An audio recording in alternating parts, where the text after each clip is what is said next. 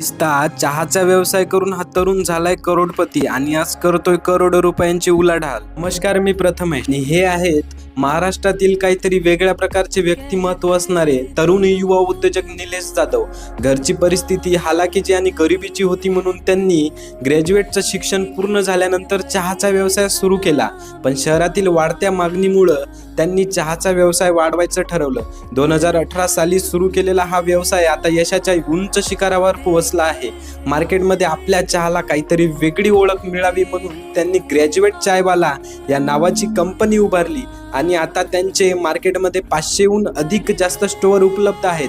आणि ते इथेच थांबले नाही, तर त्यांनी मिस्टर वडेवाला व यांची लस्सीवाला या नावाने सुद्धा त्यांची वेगळी ओळख मार्केटमध्ये निर्माण केली। अगदी कमी खर्चामध्ये त्यांच्या ग्रॅज्युएट चहाची व मिस्टर वडेवालाची फ्रँचायझी ते देतात।